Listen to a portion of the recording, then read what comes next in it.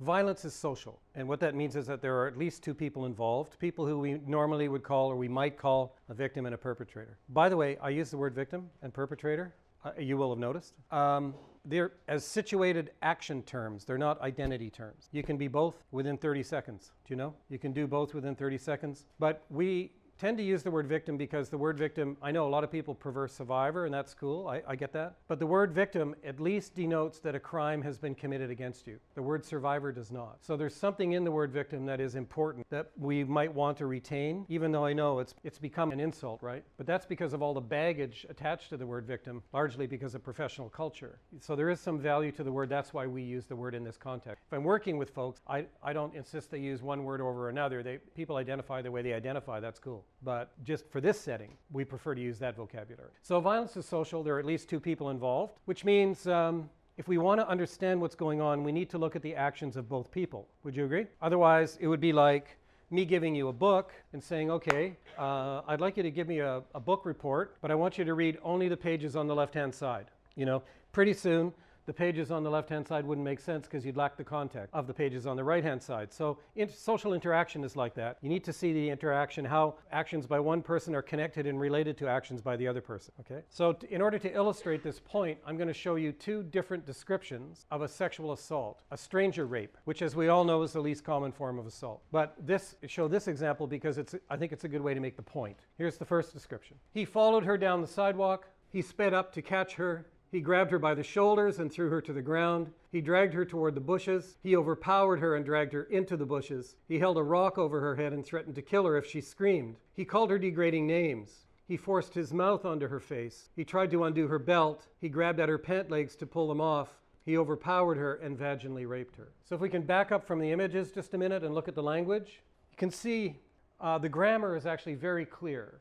Active, it's called an active grammar. Subject, the perpetrator is the subject of the verbs. He followed her. The victim is the object of the verbs, and these are transitive verbs in that they convey force upon the object. So subject, verb, object, that's what we want. And that's the simplest, most direct, active sentence structure.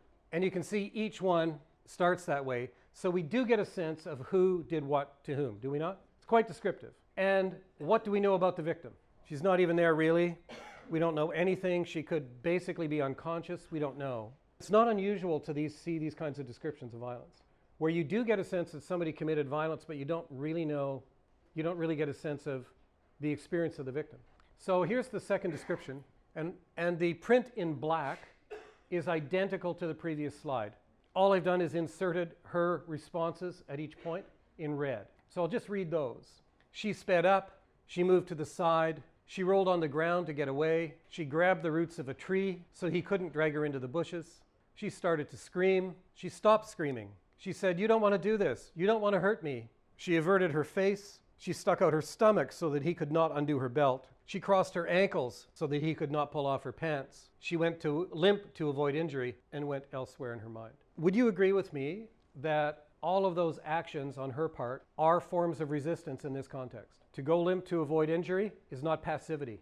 We're seeing much more than fight, flight, freeze. We're seeing her attempting to work her way through a completely unmanageable situation, to get through it, to deal with it somehow. You notice the different forms of her resistance? She's defending herself physically. She's trying to reason with him. She's trying to prevent him getting access to her body. Then she's leaving the scene. So there are many forms of resistance taking place. Which of these two descriptions gives you a better basis for empathy with the victim? This one or this one? The second one, you'd agree? And so this is extremely important because if we want the general public and if we want people to identify with and feel compassion for and relate to victims of violence, we need to show how victims of violence have responded and resisted. And we're not reframing it, we're not inventing it, we're not just being strengths-based, it's there. So we need to speak to that more publicly because then the public, we have a very ugly form of contempt for people who we think did nothing when faced with adversity, don't we? You know what we say about them? You're a victim. You're just such a victim. Do you know what I mean? We have a kind of, so when we see the victim's resistance, we have a better basis for empathy. Everybody does. Also, which of these two descriptions might be more to the advantage of the perpetrator in a courtroom? This one or this one? This one. And why is that? Because it doesn't say anything about the victim. And how does that help the perpetrator?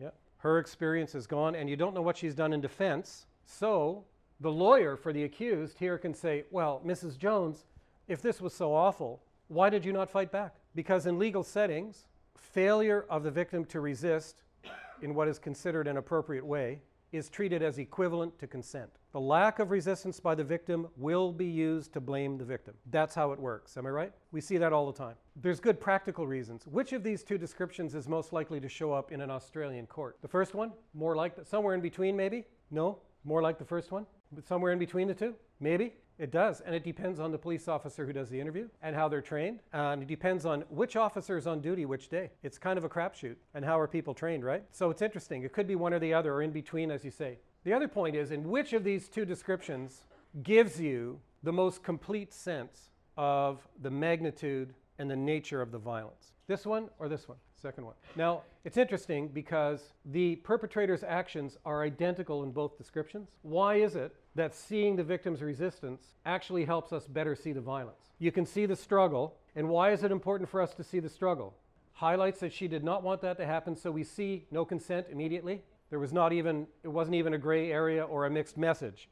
There is no consent, and that's number one. Shows how persistent he was in continuing to violate her. So you see that a rape is not one action. It's a whole series of actions, micro actions and responses over time in sequence. At every point, the perpetrator anticipates her resistance. At every point, the victim resists. At every point, the perpetrator works to overcome and suppress her resistance. When you see the victim's resistance, you can see the efforts made by the perpetrator to overcome that resistance. If you do not show the victim's resistance, you will not see how the perpetrator worked to overcome it. And you will lose the most obviously deliberate aspects of the violence. You lose sight of that. So what I'm saying is, the victim's resistance is an inherent, vital part of the fact pattern. It's not just a frame, it's not just a narrative, it's not just a story, it's a fact.